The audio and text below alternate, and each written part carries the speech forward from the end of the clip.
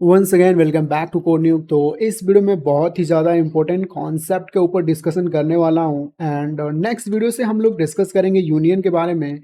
तो यूनियन और ये जो मैं बताने वाला हूं, ठीक है, ये थोड़ा थोड़ा रिलेटेड है। दैट्स वाई इस वीडियो को अच्छे से समझना, ताकि जो अगला वीडियो जो यूनियन पे होने वाला है उसको तुम अच्छे से समझ पाओ। तो अभी तक हम लोग स्ट्रक्चर को क्रिएट करने के लिए एक स्ट्रक्ट जो कि स्ट्रक्ट है, स्ट्रक्चर को मतलब दर्शाता है, इसी कीवर्ड का हम लोग यूज करते हैं किसी भी स्ट्रक्चर को बनाने के लिए। और ये स्ट्रक्चर का नाम है, यहाँ पे कोई भी नाम ले सकते हो। और जो भी डेटा को तुम्हें पास करना है उसका उसका मतलब पहले ही इसको डिक्लेयर कर सकते हो, जैसा कि हम लोगों ने यहाँ पे डिक्लेयर किया है, ठीक है। और यहाँ पे जो भी हम लोगों ने पैरामीटर यहाँ पे डिक्लेयर किया है, जो भी वेरिएबल हमने यहाँ पे मतलब लिखा है, ठीक है, जैसे कि नाम हो गया, रोल नंबर हो गया, मार्क्स हो गया। तो यहाँ से जो मेन सेक्शन है ना अपना, ये जो मेन फंक्शन है, वहां से हम लोग डेटा को पास करते हैं। तो रुको मैं तुम्हें दिखा भी देता हूँ, ताकि तुम्हें एकदम अच्छे से समझ में आए। तो हम लोग इसको कनेक्ट करने के लिए एक स्ट्रक्ट लिखते हैं, और स्ट्रक्ट उसके बाद से स्टूडेंट, और इसके बाद से हम लोग जब डेटा पास करते हैं ना तो उसका नाम लिखते हैं। जैसे कि मैं कोई भी नाम ले सकते हो, तुम्हारे ऊपर है। तो यहाँ पे बस मैं STUD लिख देता हूँ, छोटा सा, मतलब छोटा दिखेगा तो सही रहेगा। और यहाँ से हम लोग तीन चीजें वहां पे मैंने लिख रखी है, तो तीन चीजें मैं पास भी करूंगा। पहला तो हो गया नाम, ठीक है, कोई भी नाम मैंने पास कर दिया। यहाँ से मैं गैप हटा दूं थोड़ा। और दूसरा चीज है फिर रोल नंबर, ठीक है, 101। यहाँ पे नाम मैंने शायद स्टूडेंट लिख दिया है, तो स्टूडेंट का ही नाम दे देते हैं। यहाँ पे मैं अपना नाम कर दे रहा हूँ। और यहाँ पे मैंने रोल नंबर ले लिया। और तीसरी चीज है, यहाँ पे मैंने सब मार्क्स ले लिया कि कितना मार्क्स मिलेगा, ठीक है। और इसी चीज को हम लोग प्रिंट कराने के लिए क्या करते हैं, जैसे कि प्रिंटअप लेते हैं, और यहाँ पे हम लोग लिखेंगे नाम। और नाम यहाँ पे हम समझो कि करेक्टर है, तो करेक्टर को फेच करने के लिए हम लोग यहाँ पे %s ले सकते हैं। और नेक्स्ट लाइन के लिए बैकस्लैश n। और यहाँ पे मैं क्या कर दे रहा हूँ, STUD और नेम।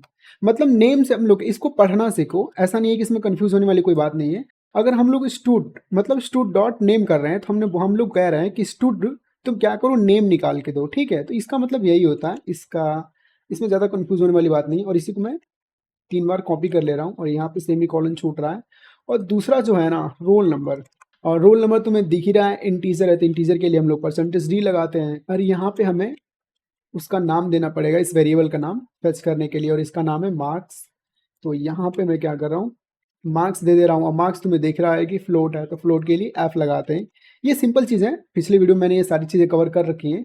और इसी को हम लोग प्रिंट कराएंगे ना, तो तुम देखना इतने अच्छे से प्रिंट हो जाएगा, एक सारी चीज़ें लाइन बाय लाइन प्रिंट हो जाएंगी।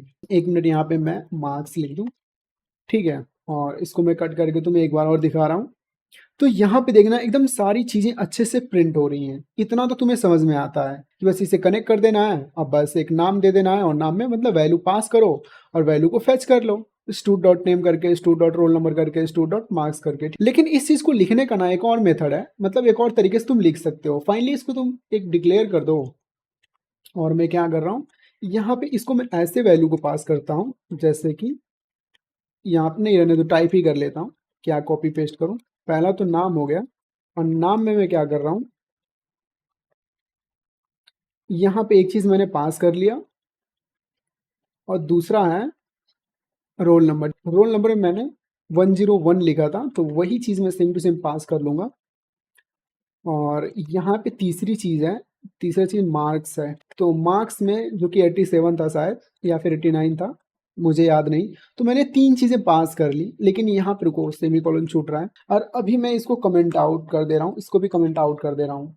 और इसको सिंपली मैं तुम्हें प्रिंट करके दिखा रहा हूँ, और इसको अच्छे से थोड़ा छोटा कर दे रहा हूँ, ताकि सारे कोड एक साथ दिख जाएं। और ये भी स्पेस घटा दूँ, ताकि ज़्यादा स्पेस ये ना ले, ये थोड़ा बड़ा कर दूँ। तो इसके बाद से मैं इसको एग्जीक्यूट कर देता हूँ ना, तो तुम देखना, दो चीज़ें हमने प्रिंट कराई हैं, और दो चीज़ें आराम से प्रिंट भी हो रही है, जैसा हम लोगों ने चाहा वैसा प्रिंट भी हो रहा है। देखो इतना ज़्यादा जीरो है, तो इसको कम करने के लिए शायद मैं यहाँ पे एक चीज़ कर सकता हूँ, 0.2 कर सकता हूँ। तो यहाँ पे दो चीज़ हमने प्रिंट कराई, दो चीज़ प्रिंट भी हो रही है। लेकिन जैसे ही हम लोग इसको प्रिंट कराते हैं, तो यहाँ पे एक दिक्कत आती है। तो रुको मैं तुम्हें करके ही दिखा रहा हूँ। तो यहाँ पे एक प्रॉब्लम आ रहा है, ठीक है। तो इसको फिक्स करने के लिए हम लोग एक चीज़ और कर सकते हैं, इसको रैप कर सकते हैं। रुको इसको रैप करके ही दिखा रहा हूँ। और यहाँ पे एक फंक्शन लगा देते हैं, जो कि होता है string copy, CPY, string copy. तो यहाँ पे ये जो नाम लिखा है ना, इसको एज इट इज़ यहाँ पे कॉपी कर लेंगे। और जहाँ पे हम लोग स्ट्रिंग यूज़ करते हैं, तुम्हें पहले से ही पता है कि हम लोग यहाँ पे एक चीज़ और इंक्लूड करा देते हैं, इंक्लूड, उसके बाद से स्ट्रिंग, और ये प्रॉपरली वर्क करेगा जैसे हम लोगों ने पहले बनाया था। ठीक है, और इसको मैं क्या कर रहा हूँ, सिंपली एग्जीक्यूट कर दे रहा हूँ। एक बार तुम इस कोड को देख लो, ज़्यादा कुछ डिफरेंट नहीं है। पहले हम लोग यहाँ पे वैल्यू लिख देते थे, ठीक है, यहाँ पे पूरी वैल्यू लिख देते थे, लेकिन उसी चीज़ को हम लोगों ने अब यहाँ से वैल्यू पास कर दिया। तो यहाँ से मैं क्या कर रहा हूँ, इसको एग्जीक्यूट करा दे रहा हूँ। अब तुम देखना, जैसे पहले आ रहा था आउटपुट, वैसे अब भी आउटपुट आ रहा है, सेम टू सेम। तो यहाँ पे दो मेथड है, इसको अच्छे से देख लो और समझ लो, और अगले वीडियो में हम लोग ऐसे ही थोड़ा पढ़ेंगे। So that's it in this video.